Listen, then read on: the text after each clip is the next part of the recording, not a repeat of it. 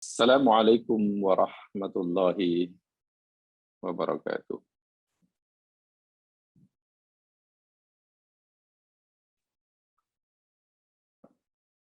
Innal hamdalillah nahmaduhu wa nasta'inuhu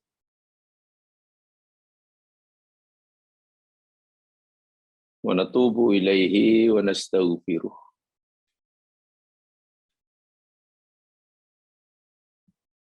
Wa na'udzu billahi min syururi anfusina wa min sayyiati a'malina.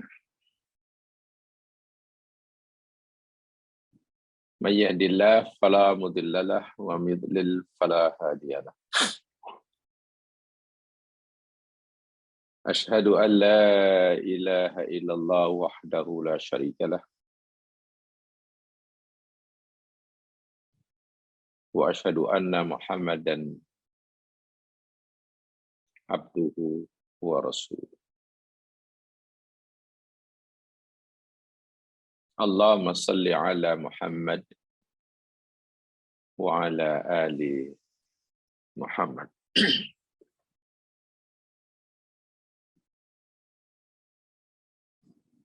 Qala Allah Ta'ala fil Qur'anil Azim ba'da a'udzu billahi minasy syaithanir rajim.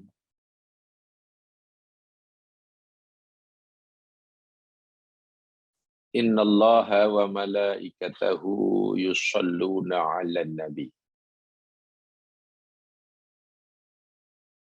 Ya ayyuhalladzina amanu sallu 'alaihi wa sallimu taslima.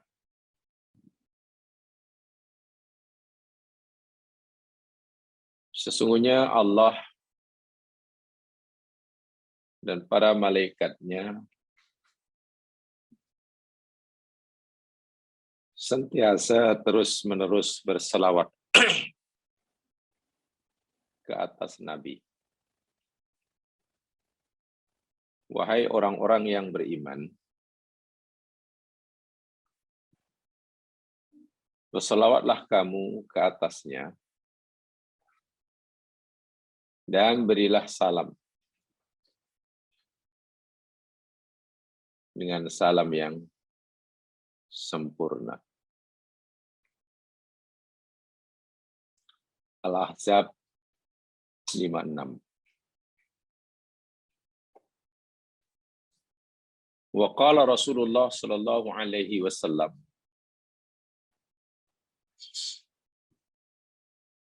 man shalla alayya wahidatan sallallahu alaihi asyra salawatin wa hutta anhu asyru khati'atin wa rufi'a lahu asyru darajatin.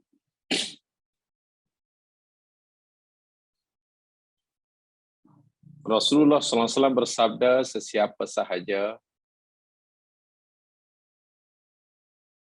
yang berselawat ke atas aku sekali, niscaya Allah akan berselawat ke atasnya 10 kali. Dan akan dihapuskan daripadanya 10 kesalahan.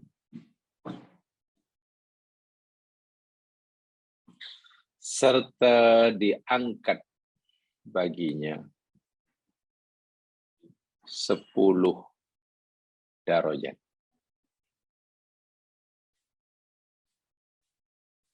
Hadis riwayat Imam Ahmad. Juga diriwayatkan oleh Imam Bukhari dalam kitab beliau Al-Adabul Mufrad.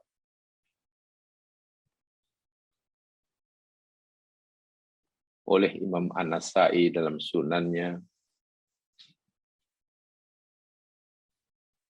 Juga oleh Imam Al-Hakim dalam kitab Al-Mustadraknya.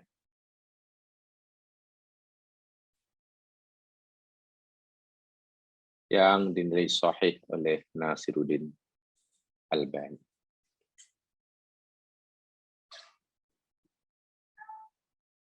Maka sudah terang dan nyatalah bagi kita berdasarkan firman Allah dan hadis Nabi Sallallahu Alaihi Wasallam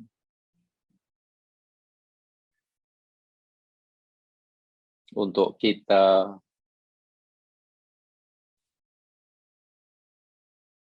istiqomah,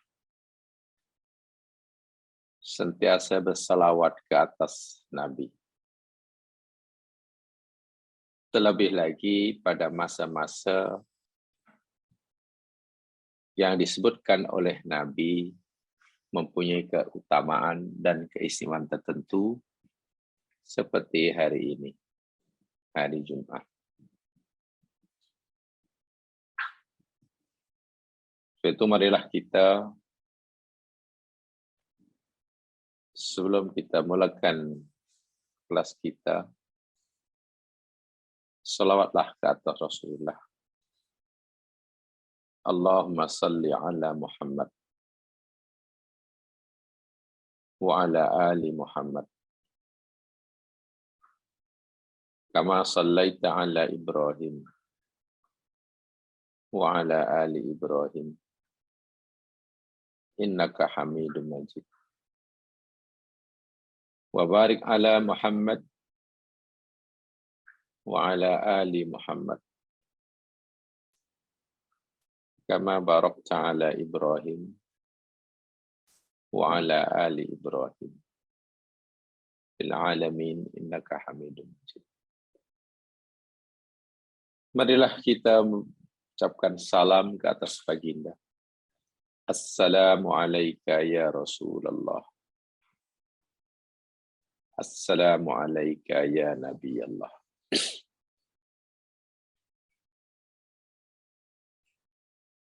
Mudah-mudahan kita diberi kesadaran untuk istiqomah dalam bersalawat ke atas Nabi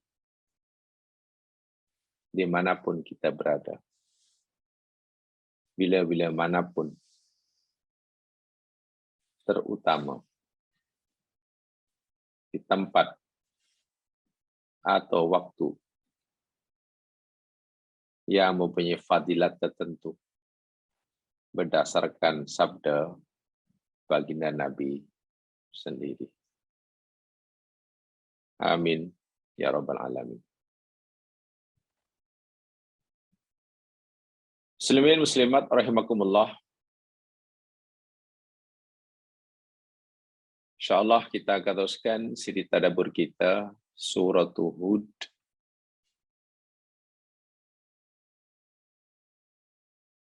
Dan hari ini kita akan pelajari sama insyaallah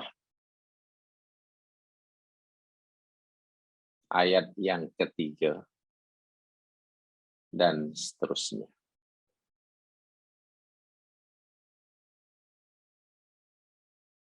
Ayat yang kedua, mudah-mudahan sedikit penjelasan yang telah dipelajari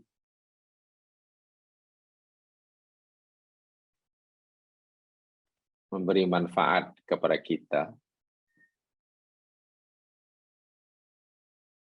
Dan penutup daripada ayat kedua itu, Allah memberitahu kita bahwa tidaklah baginda Nabi Sallallahu Alaihi Wasallam dibangkit menjadi utusannya kecuali karena dua tujuan. Yang pertama, al-inzaru ala fi'li ma la yanbaghi. Memberi peringatan kepada umatnya sekaligus ancaman.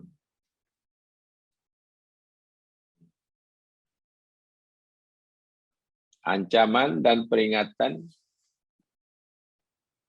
terhadap suatu perbuatan yang tidak sepatutnya dilakukan.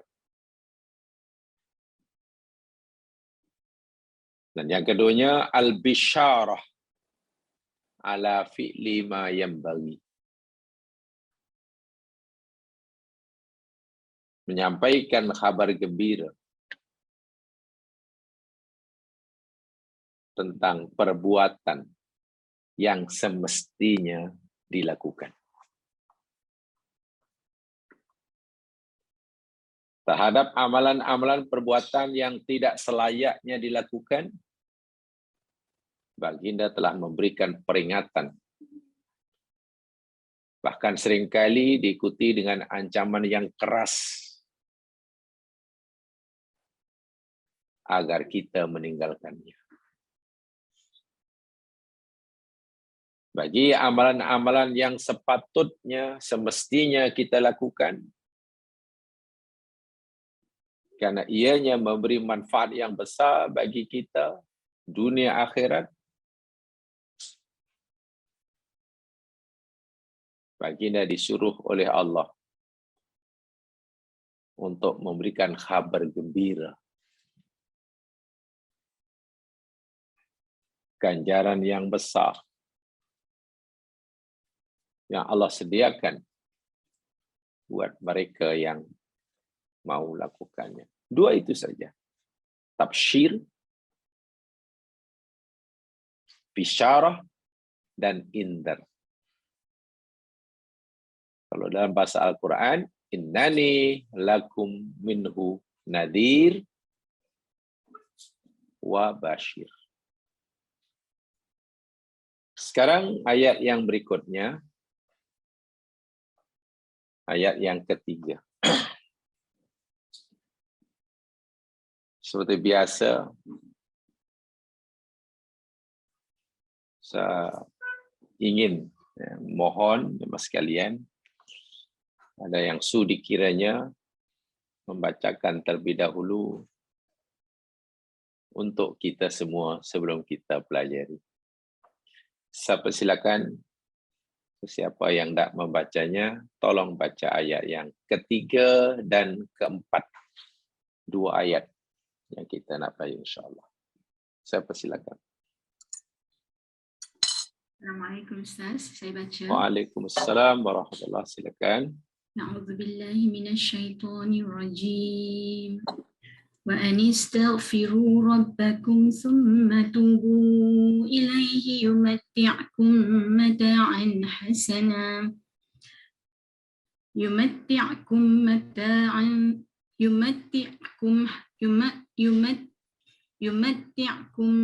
mata'an hasanan ila ajalin musamma wa yu'ti kulli dhi fadlin fadlah wa in tawallaw fa inni akhafu 'alaykum 'adzaba yawmin kabir ila Allahi marji'ukum wa huwa 'ala kulli syai'in qadir. Shadaqallah. Masyaallah, tabarakallah. Jazakillahi khairan katsiran. Amin.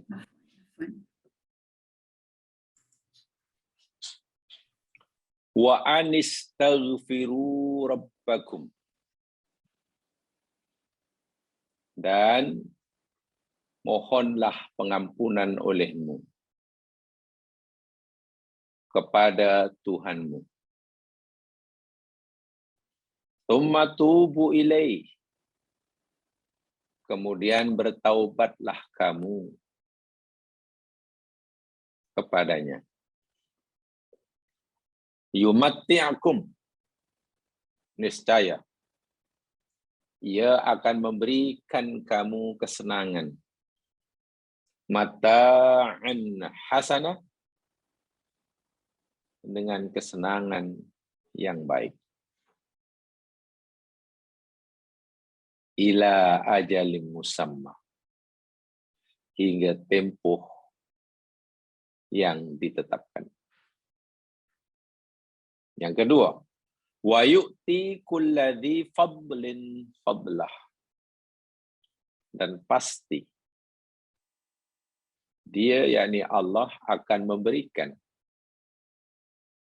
tiap-tiap yang empunya kelebihan kurnia dengan kurnianya. Ini tafsir namanya. Inilah tafsir, inilah bisyarah, inilah kerja Nabi basyiran. Adapun indarnya, nadhirnya, wa in tawallau. Dan jika kamu berpaling, fa inni, maka sunya aku akhafu alaikum. Aku takut atas kamu, menimpa kamu. Adzaba yaumin kabirin, akan azab pada hari yang besar. Ilallahi marji'ukum, kepada Allah lah tempat kembali kamu. Wa huwa ala kulli syai'in qadir, dan dia Allah itu maha berkuasa atas tiap-tiap sesuatu. Ya mas sekalian, ayat ini sambungan ayat sebelumnya. Sebab itulah dimulakan dengan waw. Waw ini namanya waw huruf ataf. Dan karena ia merupakan sambungan daripada ayat sebelumnya. Kalau ayat sebelumnya Allah tutup dengan bahwa Nabi itu sebagai nadhir dan basyir. Nah, lalu apakah contoh nadhir yang Nabi perlu sampaikan, dan apakah contoh basyir, bisyarah yang Nabi sampaikan? Penjelasannya ini. Itu dan an. Nah, an ini kalian ulama tafsir ramai yang memahaminya ia adalah an mufassarah. Betul, ianya yakni an huruf taukid khafifah karena tidak ada tasdid. Kalau thaqilah anna. Kalau khafifah an saja. Terjemahannya dan sesungguhnya, betul dalam taukid. Faedahnya bukan sebagai penguat, bukan. Tapi sebagai berfungsi sebagai mufassarah. Menafsirkan. Ya, menafsirkan apa yang disebut sebelumnya. Bermakna kalimat yang ada selepas an itu sebagai tafsir, penjelas bagi kalimat yang ada sebelum an. Itu namanya an mufassarah. Apakah kalimat yang ada selepas an? Istaghfiru rabbakum tsumma tubu ilaihi, dan seterusnya. Mintalah ampun olehmu pada Tuhan kamu, taubatlah kamu padanya, dan seterusnya. Itu adalah penjelas, penerang bagi kalimat yang ada sebelum an. Kalimat yang ada sebelum an, yakni akhir surah yang kedua, ayat yang kedua itu. Bahwa Nabi itu sebagai nadhir dan sebagai basyir. Nah, ayat ini menjelaskan apakah contoh nadhirnya, apakah contoh basyirnya. Indarnya, ya ini sudah dijelaskan tadi, wa in tawallau fa inni akhafu, itu indarnya. Anistaghfiru rabbakum tsumma tubu ilaihi yumatti'kum matan, dan seterusnya. Itu bisyarahnya. Bahamnya itu namanya an mufassarah. Jadi di dalam ayat ini, karena ia merupakan berisikan indar dan bisyarah sesuai dengan apa yang saya katakan dalam mukadimah tadi, ya. Indar itu yakni abashir nadhirun itu yakni al-indar an fi'li ma la yanbaghi, peringatan, ancaman terhadap suatu perbuatan yang tidak patut dilakukan.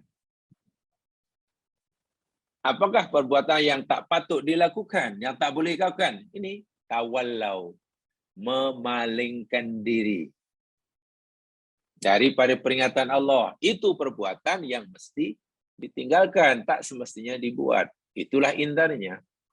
Sementara bisyarah tadi saya katakan, yakni bisyarah ala fi'li ma yanbaghi.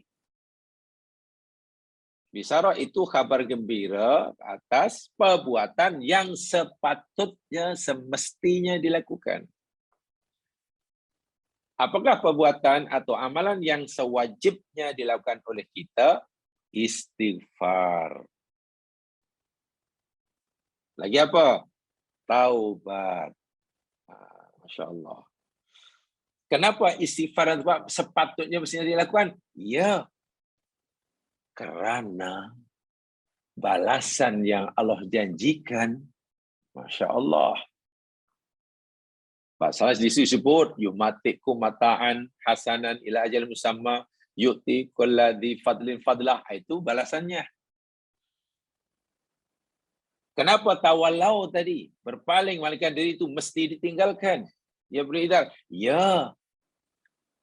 Karena akibatnya pun sangat dahsyat.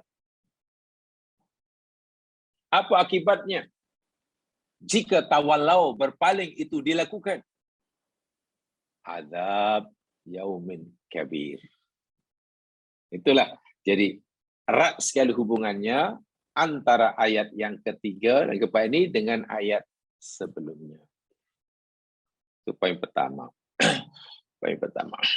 Jamaah sekalian, sebelumnya saya ingin sampaikan di sini bahwa di dalam Al-Quran ini ya, ada perintah istighfar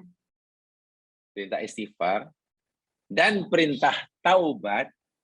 Istighfarlah kamu dan taubatlah kamu. Dalam Al-Quran disebut 3 kali secara berturutan. Istighfarlah kamu, kemudian taubatlah kamu. Disebut 3 kali. Dan kesemuanya ada dalam surah Hud yang sedang kita pelajari. Baik, saya ulangi. Perintah istighfar, kemudian perintah bertaubat, istaghfiru, tubu, tsumma tubu, ada 3 kali dalam Quran. Semuanya ada dalam surah Hud. Mari kita lihat. Yang pertama, yakni ayat yang ketiga ini. Surah Hud, ayat yang ketiga ini. Jelas bunyinya ya. Di situ. Yakni, istaghfiru rabbakum tsumma tubu.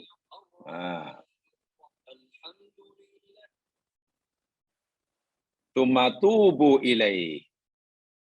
Jelas ya? Itu yang ketiga. Yang pertama.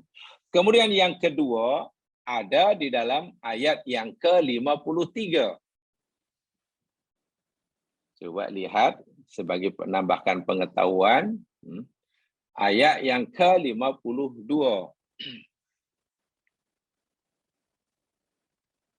Ada tak di sana? Wa ya qaumi istaghfiru rabbakum tsumma tubu ilaih. Ada kan?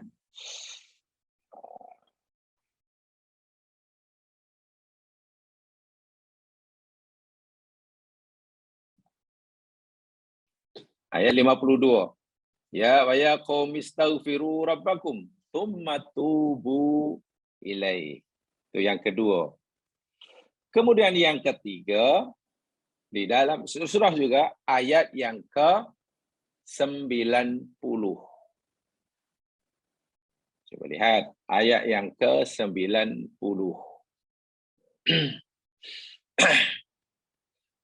wastaghfiru rabbakum tsumma tubu ilaih. So, ya, sudah ada 3. Dalam Quran 3 itu saja. Bukan perintah istighfar, perintah taubat hanya 3 kali, bukan. Yang saya maksudkan perintah istighfar yang dikaitkan, dirangkaikan, digandengkan dengan kalimah taubat. Kalimah taubat dengan tuma itu 3 kali sahaja. Dan kesemuanya dalam surah Hud. Itu sebagai pengetahuan saja ya. Nah, sekarang yang ingin saya sampaikan, apa maknanya? Apakah berbeza antara istighfar dengan taubat? Apa perbezaannya? Pertama sekali, karena perintahnya berasingan istighfiru, berdiri sendiri, tubu, berdiri, kemudian dirangkaikan dengan tumma. Tumma itu huruf ataf, ya mas sekalian. Huruf ataf, penyambung. Kesimpulan yang boleh kita ambil bahwa istighfar itu berbeza dengan taubat. Yang pasti. Sungguh pun antara istighfar dan taubat ini ada persamaan, tetapi kedua-duanya ada perbezaan. Tak mungkinlah bila Allah kata istighfarlah kamu kepada Tuhan kamu, kemudian bertaubatlah kamu benar. Tapi istighfar dan taubat itu benda yang sama. Kalau benda yang sama, kenapa mesti disebut kemudian? Ibaratnya, makanlah kamu, kemudian minumlah. Takkan makan dan minum benda yang sama. Tak sama kan? Tak sama. Wuduklah kamu, kemudian sholatlah. Takkan wuduk dan sholat itu benda yang sama. Ya, jadi, bila dirangkai ini, mana 2 benda yang berbeza. Itu jelas ya? Benda yang berbeza. Istighfar dan taubat. Apakah perbezaan antara istighfar dan taubat? Saya coba ringkaskan ya, saya bukan kesimpulan, saya memang terus kesimpulan. Pertama, dari segi maknanya memang berbeza. Istighfar itu meminta maghfirah. Maghfirah. Ghafara, maghfirah itu maknanya penutup, pendinding, penghalang. So, maghfirah itu makna istighfar, maknanya memohon pendinding, penutup. Ada orang eksiden, katalah naik motor, kepala terluka.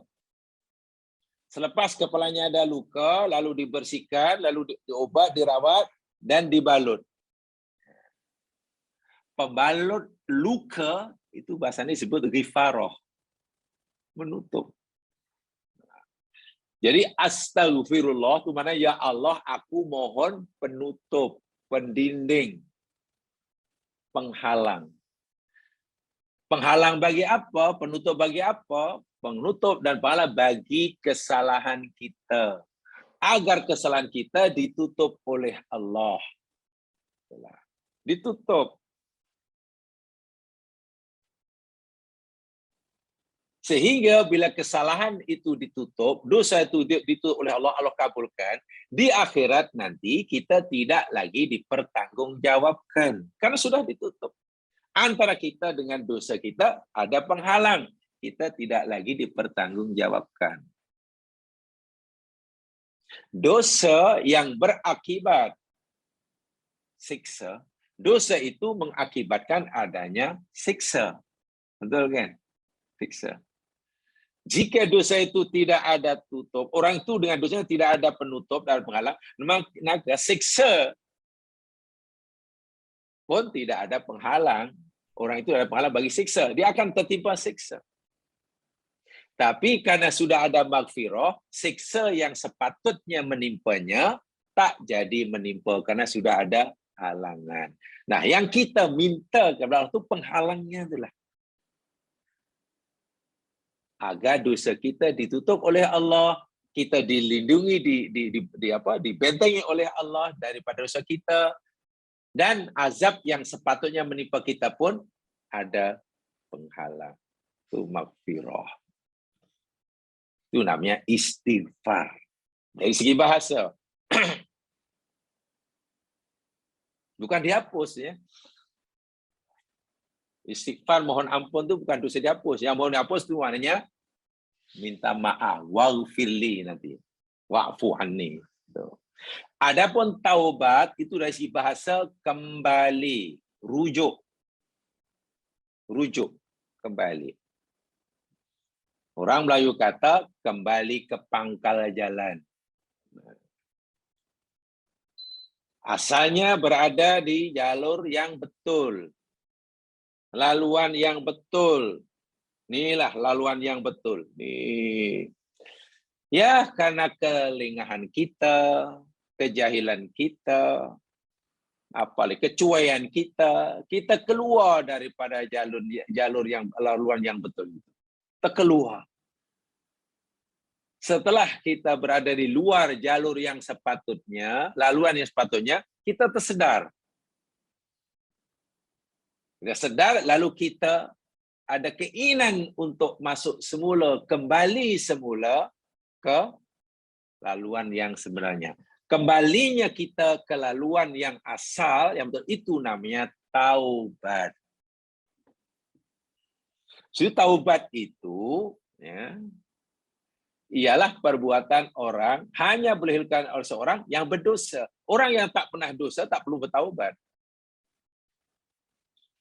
Orang yang tak pernah berdosa tak perlu bertaubat.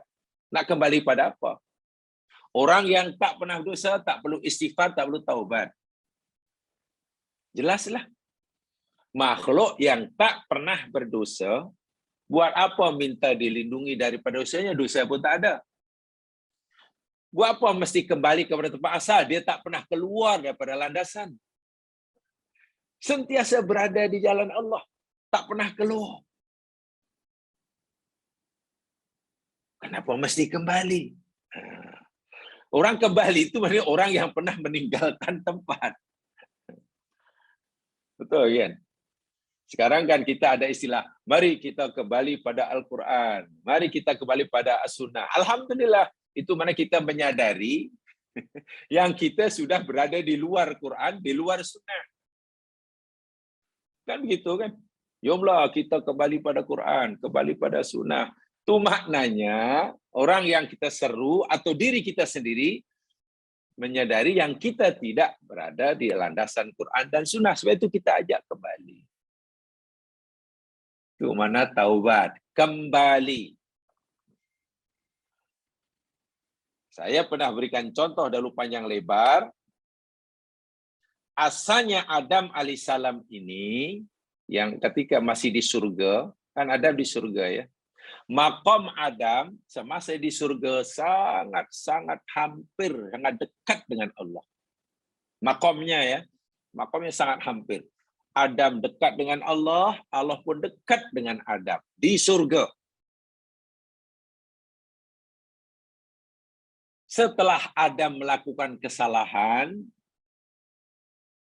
atas bujukan iblis, sekaligus menunjukkan kelemahan yang ada dalam diri Adam, Adam jatuh. Adam jauh keluar. Dalam bahasa Al-Quran, hubud namanya. Hubud. Hubud itu jatuh.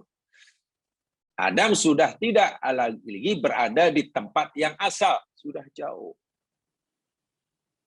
Begitu Adam hubud jauh dari tempat asal, maka Allah pun menjauh. Adam menjauh, Allah pun menjauh. Kan? Akhirnya Adam sudah tidak lagi dekat maqam dengan Allah. Adam alaihissalam menyadari kesilapannya. Aku sudah tidak lagi berada di tempat yang asal. Nampaknya aku sudah jauh. Ada keinginan dalam diri Adam untuk kembali ke tempat asal. Keinginan Adam untuk kembali ke tempat asal itu namanya taubat. Fataba alaih. Adam pun taubat. Kembali ke tempat asal. Bila Adam kembali ke tempat asal, mendekatkan kepada Allah, Allah pun kembali semula, dekat semula. Itu dalam istilah taballahu alaihi. Taba alaihi. Allah bertaubat ke atas Adam karena Adam bertaubat kepada Allah. Taubatnya hamba kepada Allah, kembalinya hamba pada Allah itu taba ilah. Kalau kita bertaubat pada Allah, taba ilah. Atubu ilallah. Tubna ilallah. Kalau Allah bertaubat pada kita, Allah kembali pada kita, taballahu alaina. Itu kita kata watub alaina. Jadi Allah pun bertaubat juga. Allah pun bertaubat juga. Tapi biasanya Allah tak bertaubat, kata orang. Allah tu menerima taubat. Tak apalah itu pemahaman. Saya bercerita dari segi bahasa. Taubat itu kembali. Kita kembali mendekat kepada Allah, maka Allah pun kembali dekat dengan kita. Allah pun taubat. Itu dari segi bahasa. Istighfar, mohon. Ya Allah, berikan kami maghfirah, ya Allah, tutup ya Allah dosaku. Dosaku ni tutup ya Allah, bagi penghalang. Lalu Allah kabul, ya aghfiru laka. Ya qad ghafartu laka. Ya, aku telah beri kamu tutup bagi dosa kamu. Dan kamu tidak perlu khawatir. Karena kamu tidak akan lagi aku pertanggungjawabkan kesalahan kamu. Siksa neraka yang sepatutnya menimpa kamu pun tidak akan menimpa kamu karena sudah ada penghalang. Ada kan perbezaannya di situ?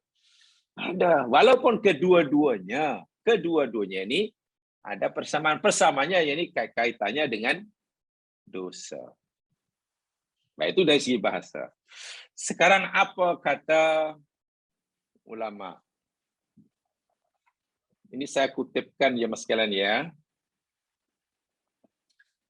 Yang diberikan oleh Syekh Shalih Ibn Utsaimin. Seorang ulama Saudi. Apa kata beliau? Apa perbezaan antara istighfar dan taubat? Kata Shalih Ibn Utsaimin.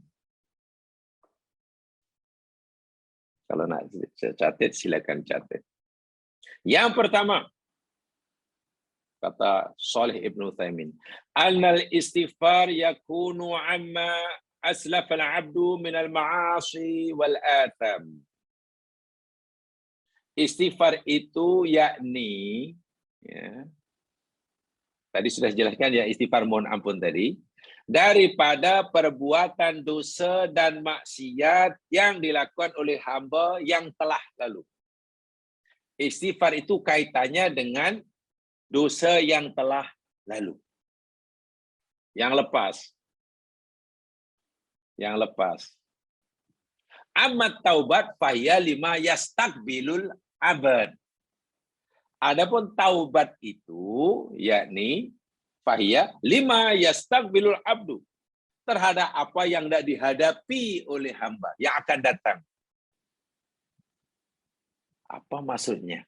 Istighfar itu kan kita maknanya merasai dosa yang pernah kita lakukan. Tidak mungkin orang istighfar terhadap dosa yang belum dibuat. Istighfar itu pasti sudah lepas. Adapun taubat itu bergerakkan hadapannya, bukan terus ke belakang. Patah balik kan? Kan tadi kan hanya keluar, lalu kembali ke tempat asal. Melihat masa depannya kembali. Daripada tak baik menjadi baik. Daripada tak sempurna menjadi sempurna. Jadi bergeraknya ke depan taubat itu. Wa yu'addul istighfar muqaddam wa tamhid litaubah. Sehingga di sini istighfar itu sebagai muqaddimah bagi taubat. Tidak sempurna taubat seseorang selagi tidak istighfar. Itu maksudnya. Minta ampun dahulu. Selama minta ampun, terus memperbaiki perbuatannya. Terus kembali kepada. Ibarat asalnya kita berada di laluan yang betul, highway. Sepatutnya highway yang kita mesti lalu daripada mula bertolak hingga destinasi yang tuju. Tak boleh cari jalan lain. Karena kesilapan kita, kita keluar daripada highway, plus highway. Lalu kita sedar, Masya Allah, ini sudah bukan lagi di highway. Minta ampun, minta maaf ya, minta maaf sama penumpang lah, karena dia driver bus. Dia bus driver, minta maaf tuan-tuan, saya tersilap jalan, ini rupanya bukan highway, minta ampun, minta maaf. Itu namanya istighfar. Selepas itu, bus tu patah balik lah. Patah balik, masuk highway semula. Makin dekat dengan highway, itu namanya taubatnya. Makin dekat kehadapannya. Bukan minta maaf, tapi terus jalan. Jalan terus di tempat yang salah. Tak boleh. Tidak boleh. Itu maksudnya. Fa huwa kan tadhifil jahrah qabla ta'mikihi. Salih Ibn Hamid memberikan contoh. Istighfar itu seperti mana merawat luka. Kita luka, macam mana kita nak mengobatinya? Bersihkan dulu luka itu daripada kotoran. Kasih bersih dahulu. Setelah bersih, barulah dibubuh obatnya, lalu dibalutnya. Jangan masih kotor terus dibalut. Itu perubahan yang diberikan oleh Shalih Ibn Utsaimin. Taubat tapi istighfar tak mau. Atau istighfar tapi tak nak taubat. Tak jadi. Kemudian, yang kedua kata beliau, inna taubat tahtaju li syurutin hatta tatahaqqaq. Taubat itu perlu beberapa syarat yang perlu dipenuhi. Taubat itu perlukan beberapa syarat yang perlu dipenuhi. Bagi membuktikan taubat yang betul. Wa takunu bitarkil muslimi dzambi wa nadim ala fi'li azim ala yauda lidikabihi. Contohnya yang popular di kalangan ulama, bila orang taubat mesti ada penyesalan. Mesti ada penyesalan. Mesti ada keazaman azim ala yauda lidikabihi. Ada keazaman untuk tidak melakukannya lagi. Paling tidak syaratnya itu. Amal istighfar, adapun istighfar, astagfirullahaladzim, faqad yakunu taubat, wa qad la yakunu. Dan kadang-kadang taubat ini, istighfar itu boleh jadi ia berubah menjadi taubat, boleh jadi tidak katakan taubat. Artinya kalau istighfar tidak disertai dengan rasa penyesalan, tidak disertai dengan keazaman untuk dilakukan, yaitu hanya istighfar yang kosong lah, tidak maksud tibat, tidak termasuk taubat. Faidak tarana bil ikrar,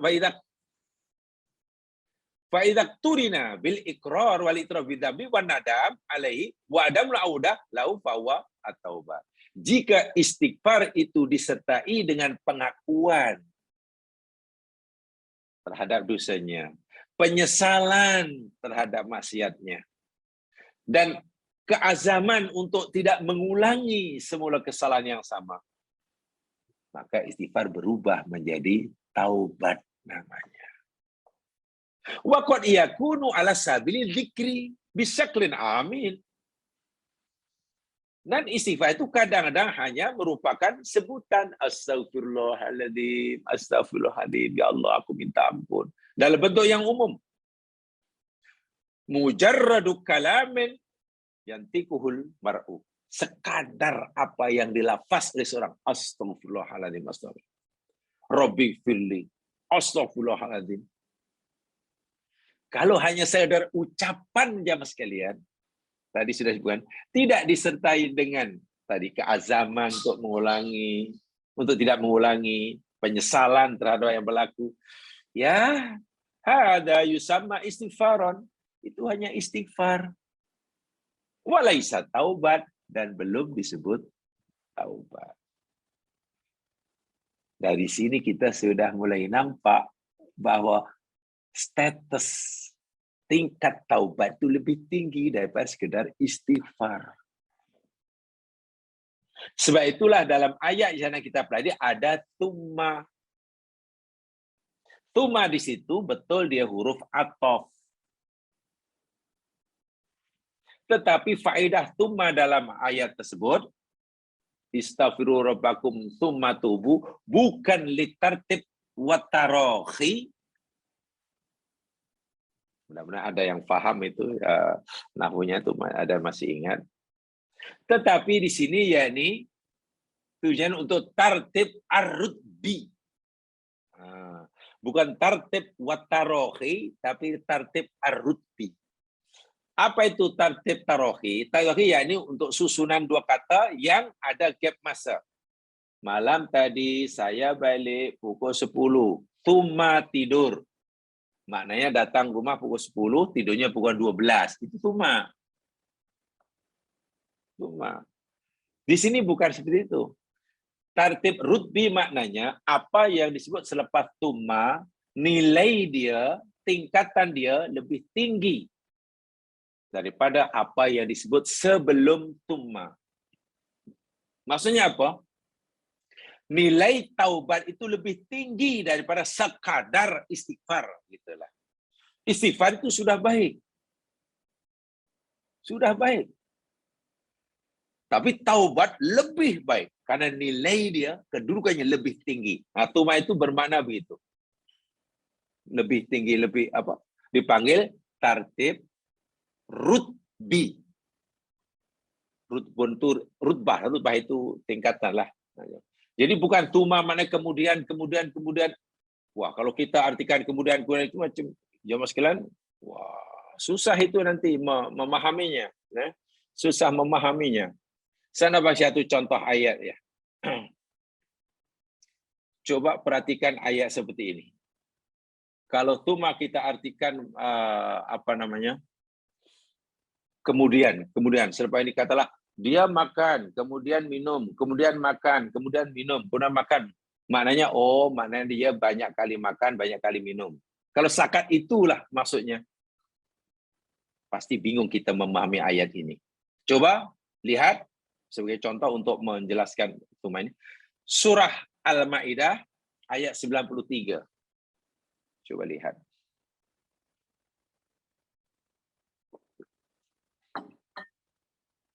Al-Maidah ayat 93.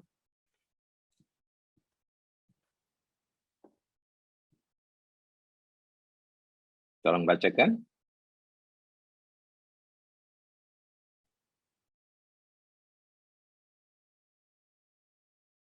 Saya hanya ingat ayatnya. Al-Maidah ayat 93. Tolong.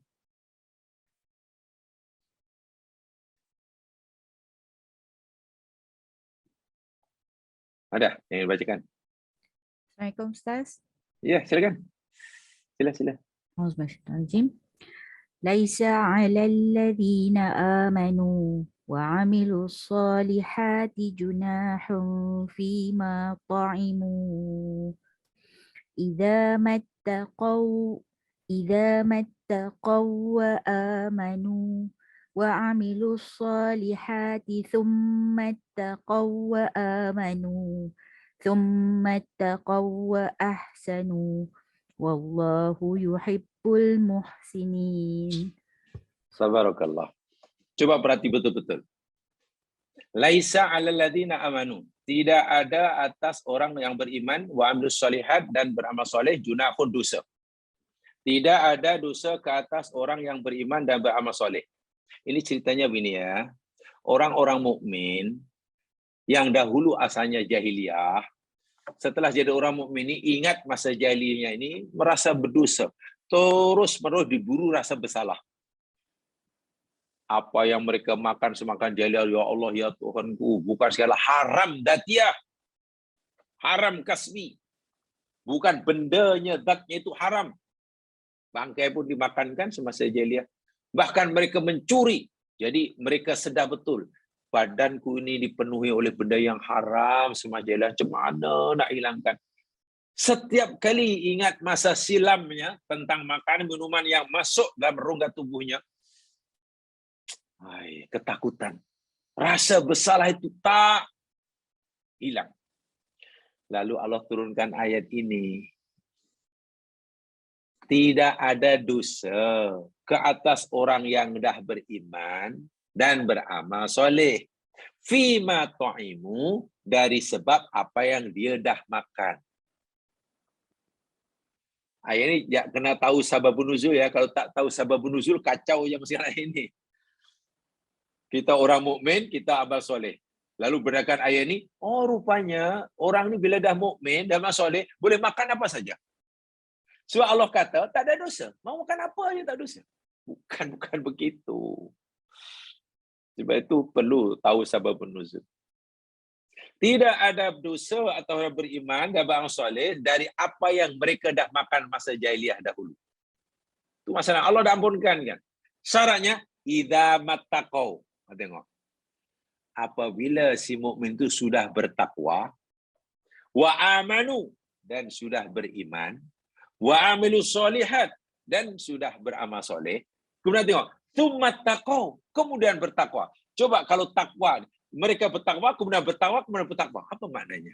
Tsumma taqau, kemudian mereka bertakwa. Wa amanu, kemudian mereka beriman. Tsumma taqau, kemudian mereka bertakwa. Wa ahsanu, dan mereka berbaik. 3 kali kalimat ittaqau dalam ayat ini kan. Mereka bertakwa, kemudian bertakwa, kemudian bertakwa. Apa makna kemudian di sini? Kemudian di sini bukan bermakna tartib wa tarakhi. Bukan makna lepas takwa, takwa, terus takwa. Apa makna lepas takwa, takwa, lepas takwa? Inilah yang saya maksudkan tuma tartib ar-rutbi. Maksudnya tuma ini menunjukkan apa yang disebut selepas tuma, nilai dia, kedudukannya lebih tinggi daripada apa yang disebut sebelum tuma. Jadi ittaqau bertakwa, tuma ittaqau, tuma ittaqau. Ittaqau yang kedua itu lebih tinggi daripada ittaqau yang pertama. Ittaqau yang ketiga lebih tinggi daripada taqwa yang pertama itu. Artinya takwa mereka makin meningkat. Begitulah maksud. Iman mereka meningkat.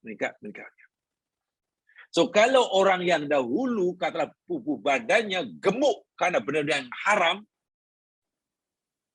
sudah jadi darah daging, macam mana nak menghapuskan dosanya? Apa perlu cuci darah? Perlu cuci darah dulu. Buang darah, tukar darah yang bersih. Atau perlu mungkin disiat-siat dagingnya, ditukar daging baru. Allah kata, oh tidak. Cara kamu taubat daripada benda yang haram yang kamu makan, sudah menjadi tubuh badan, sudah darah daging, sudah di sel. Kamu masih beriman. Kamu masih bertakwa. Kamu masih beriman. Kamu masih beramal soleh. Kemudian kamu bertakwa. Kemudian tingkatkan ketakwaan. Makin meningkat, makin meningkat. Iman kamu makin meningkat, maka dosa itu akan dihapus. Begitu maksudnya. Tapi kalau takwanya macam itu ya, imannya macam itu, tak ada perkembangan, ya tak boleh lah. So, itu jamaah sekalian. Kalau tak ada salah, saya pun pernah jelaskan dahulu ya dalam sini lepas. Bertaubat daripada dosa pribadi kepada Allah. Katalah dia berdosa padahal kenapa? Ya mungkin karena tak solat. Okay. Itu dosa tu. Dosa. Tapi berdosa pribadi pada Allah ni, bertaubatnya relatif lebih mudah. Saya tak kata mudah ya, relatif lebih mudah bila dibandingkan dengan bertaubat daripada dosa sosial. Dosa sosial. Ini istilah baru nih. Dosa sosial itu apa? Dosa menyakiti orang, dosa merampas hak orang, dosa merasuah orang, dosa menzalimi orang. Bukan hak itu bukan hak dia, hak orang lain, diambilnya. Oh, ini dosa ini jamaah sekalian. Taubatnya lebih berat. Iya. Dosa meninggalkan solat terus direct kepada Allah. Syaratnya sudah mohon ampun dan jangan diulangi sudah. Tapi tengok, dosa kana, dosa sosial. Makan harta haram, harta orang lain. Sekarang sudah menjadi darah dagingnya, sudah menjadi sel dalam tubuhnya. Tengok, taubatnya. Iman, amal soleh. Kemudian bertakwa. Kemudian beriman. Kemudian bertakwa. Kemudian beramal. Kemudian ahsanu. Allahu Akbar. Sebanyak mana dahulu orang yang dianiaya? Ada 10 orang. Kalau itu hendaklah juga dia berbuat baik kepada lebih dari 10 orang. Masya Allah. Jadi berat bahasa Arabnya mengembalikan. Baik ya, ini makna tuma. Jadi tuma di sini ruddi. Bermakna taubat, nilai dia, kedudukannya lebih tinggi daripada sekadar istighfar. Sekadar Rabbik firli astagfirullahaladzim. Tak cukup. Tak cukup. Dosa tersebut tak cukup, hanya astagfirullah tidak cukup. Yang ketiga, kata Saleh Ibnu Utsaimin, annal istighfar iddatu wasail. Istighfar itu mempunyai banyak cara. Istighfar itu punya banyak cara. Qad yakunu biddu'a. Ya, istighfar boleh jadi dengan doa. Contohnya seorang muslim kata astaghfirullahalazim. Allahumma gfirli. Boleh. Istighfar dengan itu boleh. Wa qad yakunu bi ghairiha minat ta'ah. Istighfar juga boleh dengan cara yang lain, bukan dengan doa, tapi dengan taat. Dengan melakukan ketaatan, amalan. Contoh, kas-solati wa qiyamil lail. Seperti mengerjakan solat. Ya, mungkin istilah orang sekarang panggil solat taubat. Solat taubat. Walaupun sebenarnya solat itu solat biasa aja, solat 2 rakaat karena Allah, lalu mohon ampun pada Allah. Solat taubat. Solat taubat itu bukan taubat. Solat taubat itu termasuk istighfar. Itulah. Dengan qiyamul lail. Qiyamul lail itu belum dikira taubat, baru disebut istighfar. Baru disebut istighfar. Artinya apa? Solat yang dilakukan itu salah satu sarana. Bukan satu-satunya, salah satu sarana bagi seorang untuk mohon ampun. Ada sarana lain, mohon ampun dengan apa? Dengan doa, dengan ucapan astagfirullahaladzim. Allahumma gfirli. Wa ammat taubah, adapun taubat tadi sudah dijelaskan. Perlu beberapa syarat. Syarat yang perlu dipenuhi tadi sudah dijelaskan. Itu pembezaan yang ketiga. Kata Saleh Ibnu Utsaimin. Yang keempat. Pembezaan yang keempat. La tasihhu taubatu insanin an akhar. Tidak sah. Taubat itu dilakukan oleh orang lain bagi pihak orang lain. Tidak boleh. Saya berdosa dan saya ingin bertaubat pada Allah. Saya suruh anak-anak saya, nak, tolonglah nak. Ayah dah tak mampu nak taubat, tolong taubatkan buat ayah nak. Tidak boleh dilakukan oleh orang lain. Taubat itu mesti dilakukan oleh yang mempunyai diri. Amal istighfar, adapun istighfar, fayajuzu ayastaghfirul muslimu lahu wa li ghairihi minal muslimin. Istighfar boleh dilakukan oleh orang lain. Orang lain boleh pohonkan ampun bagi saya, boleh. Allahumma ya Allah, ampunilah dosa si fulan, boleh. Tuh kita mendoakan Allahumma fillahu warhamu, boleh. Allahumma filil muslimin wal muslimat, boleh. Paham ya? istighfar boleh dibuat oleh orang lain. Bagi saya, oleh orang lain. Tapi taubat tak boleh diserahkan pada orang. Nafsi. Masing-masing. Amat taubat anil ghair falam yarfi nasun. Taubat bagi pihak orang lain itu tidak ada nas dan tidak di malaikat kan beristighfar untuk kita.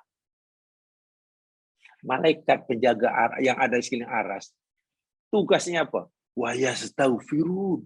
Mereka mohon ampun kepada Allah, bukan buat mereka karena mereka tak berdosa, tapi buat orang-orang mukmin dan yang bertaubat. Tengok. Jadi macam diwakilkan ya.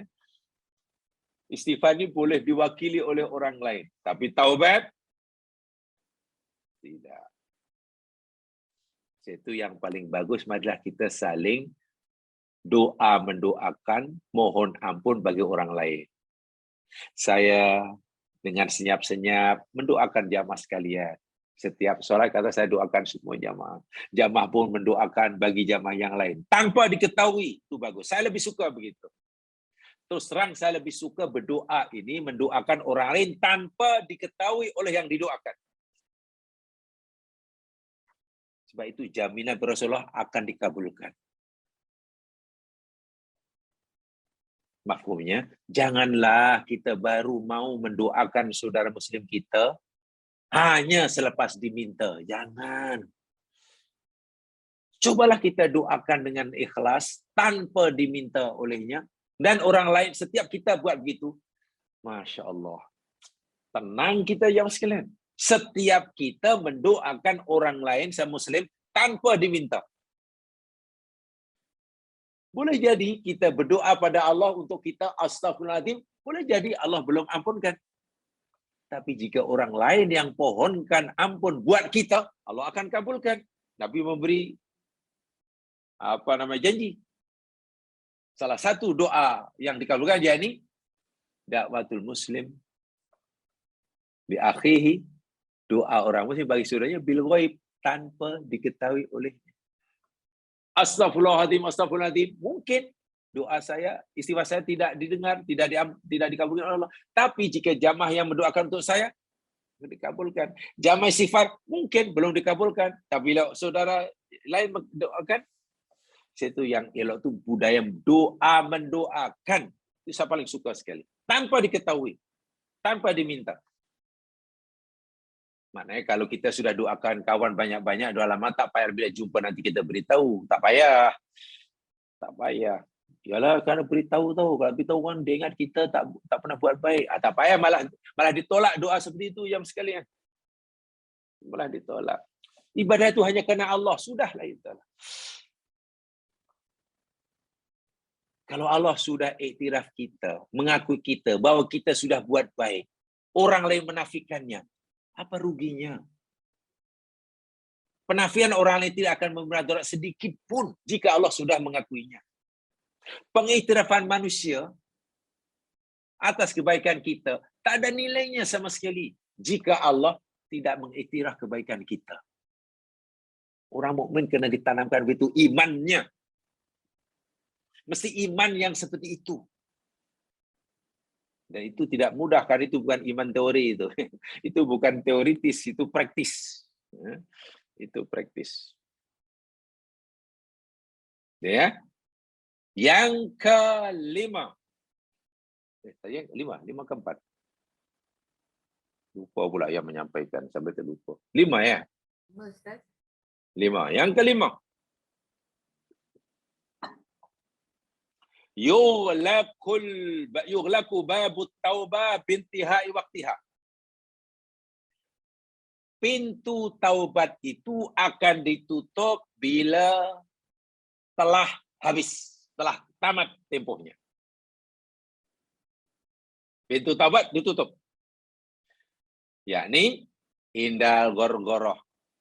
Apabila nyawa sudah sampai di tekak, taubat tutup. Wa khurujur ruh minal jasad, keluarnya ruh dari jasad, habis. Tulu'is syamsi minal maghrib, terbitnya matahari dari sebelah barat. Habis. Kita tak ada lagi peluang untuk bertaubat. Tutup, pintu tutup, habis. Berbeza dengan istighfar. Masya Allah. Amal istighfar, pintu istighfar tak pernah tertutup. Sungguh pun kita dah tak mampu istighfar karena kita sudah meninggal, pintu istighfar tak tutup karena yang hidup masih boleh mendoakan kita. Betul kan? Kita dah tak boleh bertaubat karena dah tertutup. Apa sah? Dah mati. Nyawa di tenggorokan pun dah tak boleh taubat. Matahari terbit dari barat-barat, semua orang dah tak bertaubat. Tetapi istighfar, pintu istighfar sentiasa terbuka bagi orang, bagi seseorang. Kalaupun orang itu dah tak mampu istighfar pun karena sudah berada di alam barzakh, yang hidup boleh ramai-ramai memohonkan pengampunan. Bukan sekadar orang yang dah mati, yang masih hidup saya boleh kita pohonkan ampun. Orang dah mati pun boleh. Ya Allah, ya Tuhanku, ampunilah dosa kawanku yang ada tinggal di sana. Dia masih hidup, boleh. Ya Allah, ya Tuhan, ampunilah dosa hamba kawan baikku, ya Allah, yang telah meninggal minggu lepas. Boleh, tengok. Itu sebab. Tapi taubat tidak boleh. Taubat hanya boleh dilakukan oleh dia seorang, tidak boleh diwakilkan oleh seorang, oleh orang lain. Taubat akan tutup bila orang itu dah mati, serta istighfar terbuka. Faham ya? Itu yang kelima. Yang keenam. Dan yang terakhir. Tusra'ut taubatu fi kulli waqtin. Wala yajuzu ta'khiruha. Taubat itu disyariatkan, dilakukan setiap waktu. Dan tidak diharuskan, tidak dibenarkan menangguhkannya. Saya ulangi. Taubat itu disyariatkan setiap waktu, dilakukan setiap waktu, dan tidak dibenarkan menangguhkannya, karena taubat itu ibadah yang mesti disegerakan. Menangguhkan taubat adalah satu kesalahan. Bila orang berdosa saat ini, maka taubatnya saat ini. Bila ia tangguhkan taubatnya minggu depan, sungguh pun mungkin taubatnya diterima, ia masih berdosa. Dosa yang mana? Dosa karena menangguhkan taubat. Sehingga ada istilah, kata Ibnu Qayyim, at-taubah minat taubah. Bertaubat dari dosa taubat. So itu penangguhan taubat itu mana hanya menambahkan dosa. Walaupun mungkin dengan taubatnya yang ditangguhkan itu, dosa yang pernah dilakukan tempoh hari diampunkan oleh Allah. Tapi tetap saja masih berdosa. Yakni dosa mentakhirut taubah. Bagaimana taubat itu mesti disegerakan. Bainamal istighfar, sementara istighfar, falau awqatun mutlaqatun wa muqayyadatun. Adapun istighfar, jemaah sekalian, ia punya waktu yang mutlak. Mutlak itu maknanya bebaslah, tidak terikat. Pagi, petang, siang, malam, di rumah, di kebun, di jalan, di ofis, sedang kerja, di sungai, dia mutlak. Dalam penerbangan. Wa muqayyadun. Ada waktu-waktu yang terikat, yang diikat, tertentu. Contoh, waktu tertentu. Kita digalakkan beristighfar apa? Selepas solat. Nabi tak pernah tinggal istighfar selepas solat. Duduk antara dua sujud. Itu kan istighfar tuh. Rabbighfirli. Rabbighfirli. Bil ashar. Wabil ashadum yastaghfirun dalam Quran. Dan pada waktu sahur mereka mohon ampun. Ini namanya istighfar dalam waktu muqayyad. Jadi bermakna apa? Dari segi pelaksanaannya, istighfar ini lebih berleluasa, lebih bebas, lebih luas. Karena waktunya ada waktu mutlak, bila-bila masa, dan ada waktu yang ditentukan. Karena mungkin punya kelebihan. Istighfar masa solat, Masya Allah, tu antara masa sujud, duduk antara dua sujud, lepas solat, seperti malam yang terakhir. Masya Allah, itu kan luar biasa. Berbeza dengan taubat. Taubat itu yakni setiap waktu, bukan waktu tertentu. Tak apalah, nanti biar malam Jumaat tu rajinnya taubat ya, kalau malam Minggu tak payah. Bertaubatlah ya, bila masa sakit tu taubatlah. Baca istighfar banyak-banyak, awak kan sedang sakit, masa susah.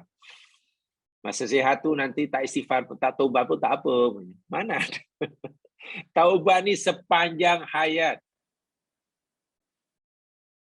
Dulu lah Pak Kiai di pondok kata, saya masih ingat, walaupun sederhana tapi memang kena sungguhlah. Manusia ni wajib bertaubat setiap saat. Selagi iblis dan setan masih hidup, maka kamu wajib taubat setiap saat. Tapi kalau iblis sudah mati, kamu tak payah taubat. Alasannya sederhana. Ya, karena maksiat yang dilakukan oleh manusia itu pasti ada campur tangan iblis dan setan. Pasti.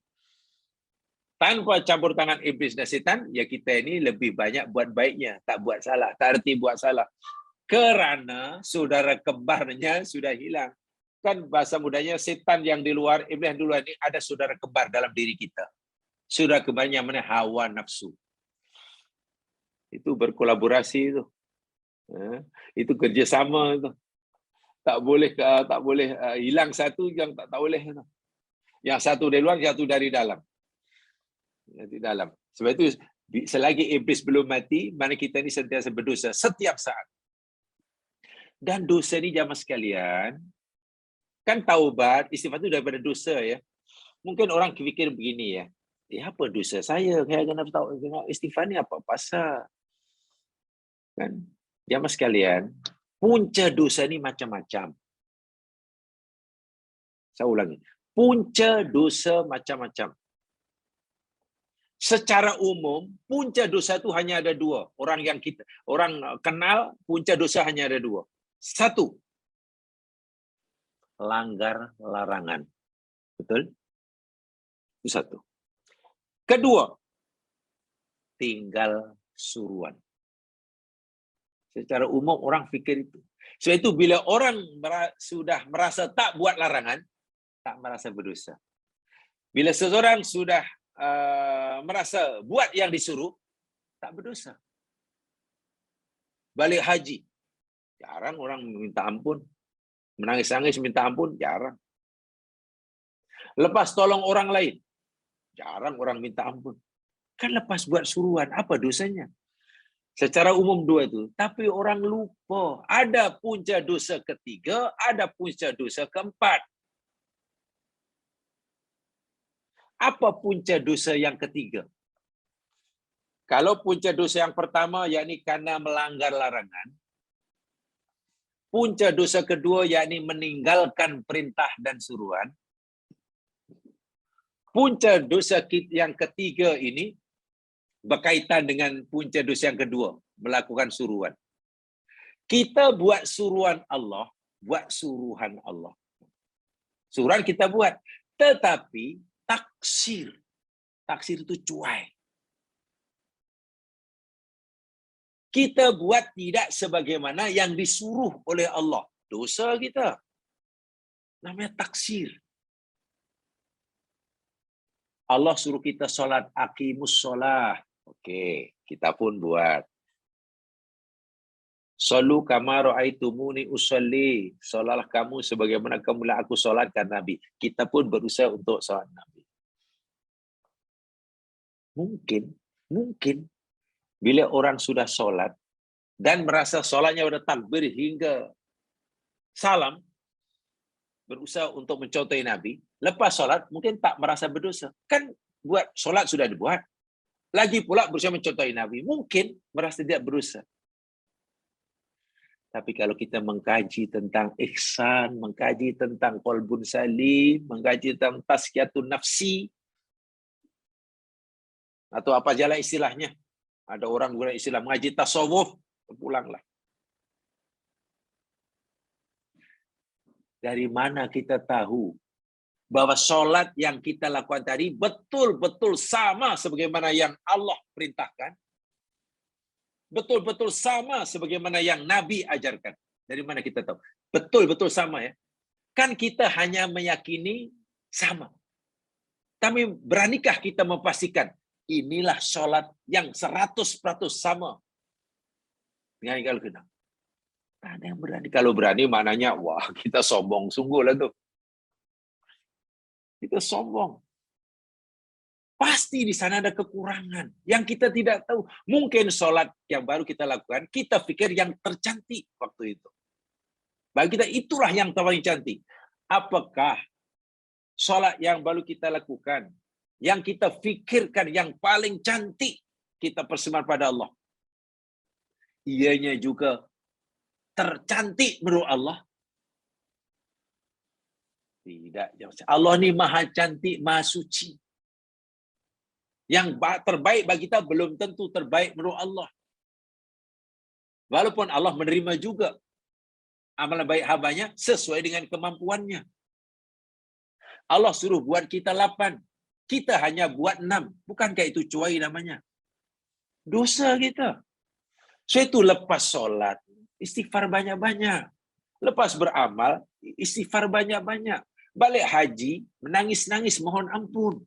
Lepas tolong orang karena di tempat musibah 1 minggu, balik minta ampun. Jangan-jangan. Perintah Allah yang menyuruh kita menolong orang susah. Yang sepatutnya kita mampu buat lebih, tapi kita buat sikit. Salah itu. Di sinilah. Itu hati sudah main lembut ya.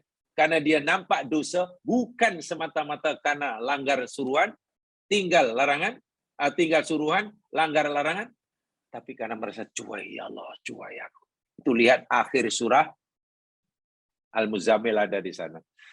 Lepas sholat Allah suruh kata, wastaghfirullah, minta ampun. Pelik. Lepas sholat suruh minta ampun. Apa silap kita? Dosa berikutnya, punca dosa. Kita buat baik, boleh jadi dosa. Kenapa buat baik boleh jadi dosa? Sebab boleh jadi, kita buat baik, kita fikir itu baik. Wah, tak baik. Benda yang kita fikir baik, walhal ia tak baik. Tapi kita tak tahu yang itu tak baik. Contohnya bid'ah. Kan orang tak tahu, kan orang tak sedar kan buat bid'ah itu benda buat yang tak baik. Karena tak merasa dia buat tak baik, maka tidak bertaubat. Jangan-jangan yang aku buat ini tidak yang disuruh oleh Allah, bukan yang disuruh oleh Allah. Jangan-jangan kebagian dulu itu tidak mendapati minta ampun lah, minta ampun. Iya. Okey, buat sudah betul, sudah ikut tapi jangan-jangan tak ikhlas. Riya. Apakah tak dosa itu namanya? Jadi punca dosa ini bukan hanya 2. Betul, punca hanya 2 secara umum. Langgar larangan, tinggal suruhan secara umum. Tapi perinciannya banyak. Saya itu kenapa kita suruh bertaubat setiap masa. Istighfar pun paling tidak setiap masa. Boleh difahami itu ya. Apa yang saya sampaikan yakni penjelasan Shalih Ibnu Utsaimin. Di samping ada tambahan-tambahan tadi. Itu ya. Jadi istighfarlah, kemudian taubatlah. Kenapa doa? Ya, karena istighfar bukan taubat, taubat bukan istighfar. Ada perbezaan walaupun ada persamaan. Kaitannya dengan dosa juga kan. Dan tsumma tadi sudah jelaskan. Bermakna taubat itu lebih tinggi nilainya daripada sekadar apa? istighfar. Di dalam surah Al-Furqan ada di sana. Akhir surah Al-Furqan ayat berapa itu saya lupa. Wa man taba wa amana amila amalan sholihan faulaika yubaddilullahu sayyi'atihim hasanat wa kana Allahu ghafurur rahima. Wa man taba wa amila sholihan faulaika fa innallaha apa tu? Wa man taba wa amila sholihan. Itulah itu, saya lupa itu. Siapa saja yang bertaubat, beriman, beramal soleh, orang-orang itu Allah akan ganti kejahatannya, keburukannya dengan kebaikan. Allahu Akbar. Seorang yang bertaubat itu bukan sekadar keburukannya dihapus, tapi keburukannya diganti dengan kebaikan. Hebat. Ini tafsir, ya. Ini tafsir. Dan itu tugas utama Nabi nak tafsir tadi. Ya, analoginya bila ya Mas kan. Ini sebagai untuk analogi ya, untuk mudah. Saya suka berikan contoh ini banyak kali. Karena bagi saya paling mudah. Minta masa ulangi contohnya. Katalah kita merusakkan, memecahkan windscreen kawan, kereta kawan. Dengan tak sengaja windscreen kereta kawan kita pecah. Mahal pula tu. Windscreen itu mahal pula, kereta mahal. Banyak makan wang. Nama kereta itu pun banyak makan wang. BMW itu banyak banyak makan wang. Pecah. Kawan pun sedih lah ya, apa pula pecahkan, kita pun minta maaf lah, minta ampun, minta maaf. InsyaAllah kalau kita sekarang minta maaf, tak akan dimaafkan. Percayalah. Kalau sekarang minta maaf, itu istighfar, tak akan dimaafkan. Mahal tuh miskin dia tuh. Kan kena ada taubat. Tak apalah, inilah. Kita ini, tolonglah saya bawa ke pinggir dulu. Nah, di depan tu ada workshop BMW. Saya suruh ganti windshield dengan yang ori. Setelah kita ganti dengan yang ori, ya mas kalian, siapkan. Cantik semula. Lalu kita serahkan. Cik, Wan, Abang, nah ini kita cek. Sekarang windshieldnya sudah saya ganti. Ini ori ini. BMW yang tukar juga. Jadi minta maaf dan saya sekali lagi minta maaf. InsyaAllah selepas kita itu kita betulkan dan kita InsyaAllah Tuhan punya kita akan maafkan kita. Minta maaf itu namanya istighfar. Mengganti semula windscreen yang kita pecahkan itu namanya taubat. Paham ya? Berkait sekarang bayangkan kalau kita hanya istighfar, minta maaf tapi tak mau ganti. Orang itu tak akan ampun, tak akan maafkan dia sekalian. Atau kita ganti, tapi kita serah. Nah, aku ganti ini. Sudah. Cuma itu pun mana. Kita tak minta maaf. Saya ingat Tuhan punya kita pun. Apa punya orang lah. Dia yang pecahkan, dia yang ganti. Dia pula yang marah kita. Tak sopan kan? Walaupun kita mengganti, tapi tak minta maaf. Minta maaflah dan gantilah. Atau ganti, kemudian minta maaf. InsyaAllah sejuk hati yang punya kita. Tuhan punya kita. Karena yang punya kita ini Ghafurur Rahim. Ghafur itu mengampun dan Rahim itu memberi rahmat. Allah itu semuanya itu. Akhirnya sebagai tanda terima kasih kata Tuhan punya kereta BM tadi. Cik, bila cik, kanan cik ni walaupun telah memecahkan windscreen kita saya dan sekarang cik pun sudah minta maaf dan cik pun sudah betulkan semula dengan yang ori sebagai tanda terima kasih saya kepada cik. Ni kena kunci keretanya dan ni grand dia. Sekarang kereta tu aku serahkan pada cik. Macam mana coba kita? Merasa bertuah atau tidak kalau diperlakukan begitu? Kita pecahkan kereta dia, kita buat salah, kita betulkan, memang wajar. Kita minta maaf, bukan segera dimaafkan. Malah kereta itu diserahkan pada kita. Itulah Allah Subhanahu Wa Taala. Kamu sekarang buat salah pada aku, kata Allah. Minta ampun. minta ampun ya Allah, minta ampun. Kamu kena betulkan, kami betulkan ya Allah. Nah, sekarang oleh karena kamu sudah membetulkan kesalahan kamu pun sudah minta maaf pada aku, kata Allah, dosa kamu aku maafkan. Sebagai tanda terima kasihku karena aku ini syakur, kata Allah, aku ganti kesalahan kamu itu sebanyak, aku ganti dengan kebaikan sebanyak kesalahan kamu. Masya Allah. Kalau kesalahan kamu ada 10, aku bagi dengan 10 kebaikan. Kalau kesalahan kamu berat, aku bagi dengan pahala-pahala yang berat. Surga, bayangkan. Bukan segera dosanya diampun, masukkan dalam surga. Itulah istighfar dan taubat. Itulah bisyarah. Itu namanya bisyarah. Sangat besar.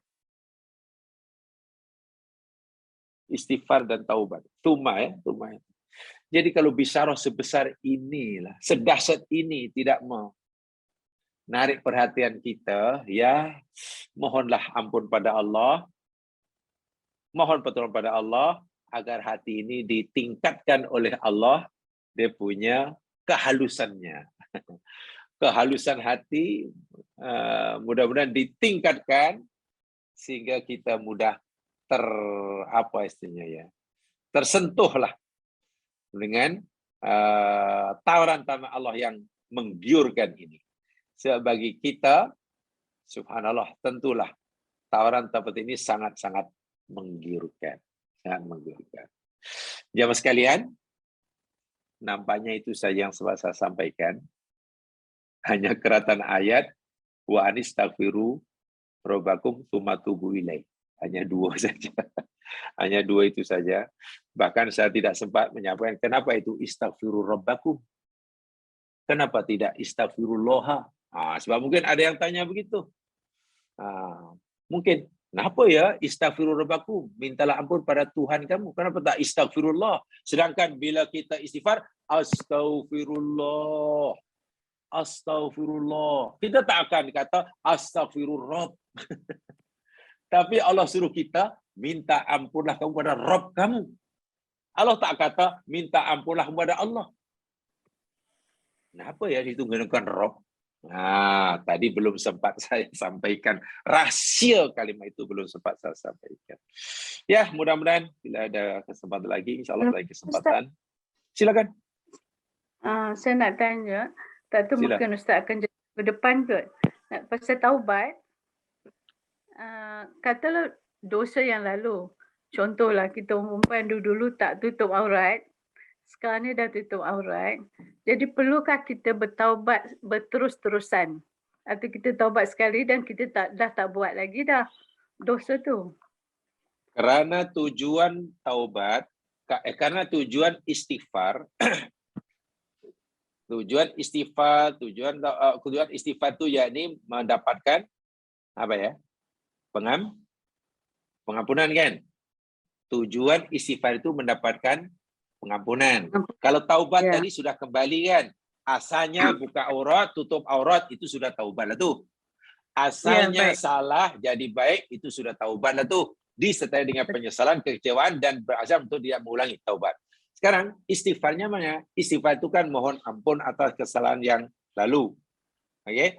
Dan tujuan istighfar itu mendapat pengampunan. Betul ya? Sekarang pertanyaannya, adakah selama ini selepas kita mohon ampun sudah merasa yakin bahwa kita sudah mendapatkan pengampunan tersebut?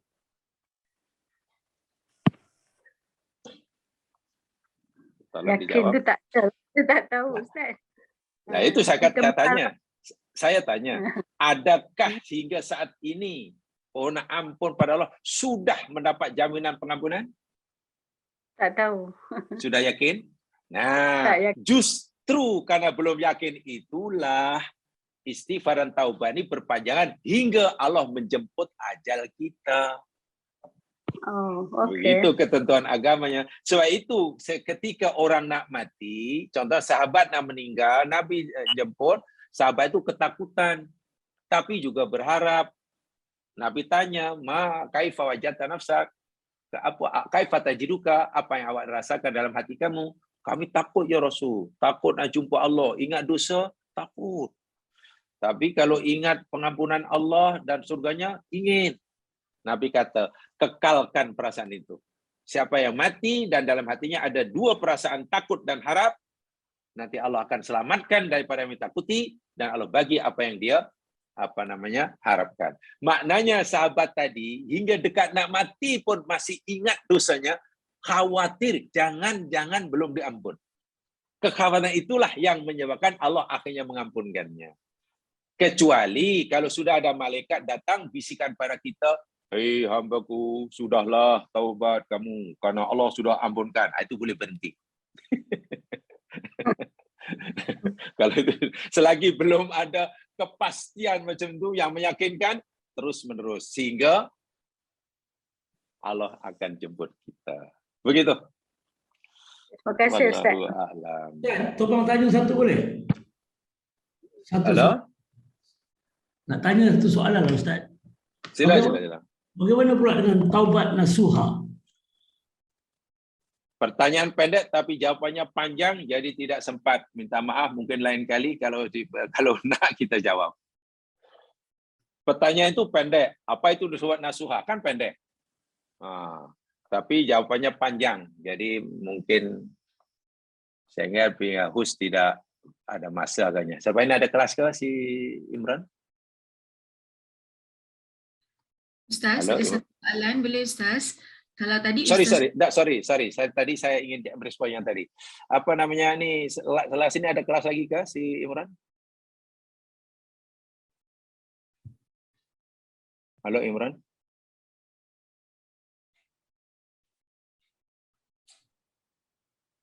Halo Darul Talim. Oh, tak ada dengar.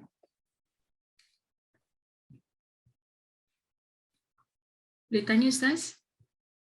Enggak, saya ingin tanya pada ni apa Darul Talim, ada masa ke tidak? Sebab ini kira ada kelas biasanya. Ada Ustaz. Ada. Masa cukup ke? Cukup Ustaz. Itulah. Minta maaf yang bertanya, tolong simpan dahulu, tanyakan saya minggu depan. Okey? Baik Ustaz, terima kasih. Okey Ustaz. Okey. Boleh ya? Pasal yalah, soalan tu pendek tapi jawapannya panjang. Sebab itu dipanggil soalan subjektif. Ya. Kalau soalan objektif senang, multiple choice. InsyaAllah. Pertanyaan tadi apa? Nasuha. Yang kedua apa? Yang Puan nak tanya apa? Saya nak tanya, kalau misalnya salah satu saranan untuk istighfar adalah solat dan doa, apakah saranan untuk taubat? Oh, okey. Itu nanti saya jawabnya. Minggu depan insya-Allah ya. Tolong ingatkan ya.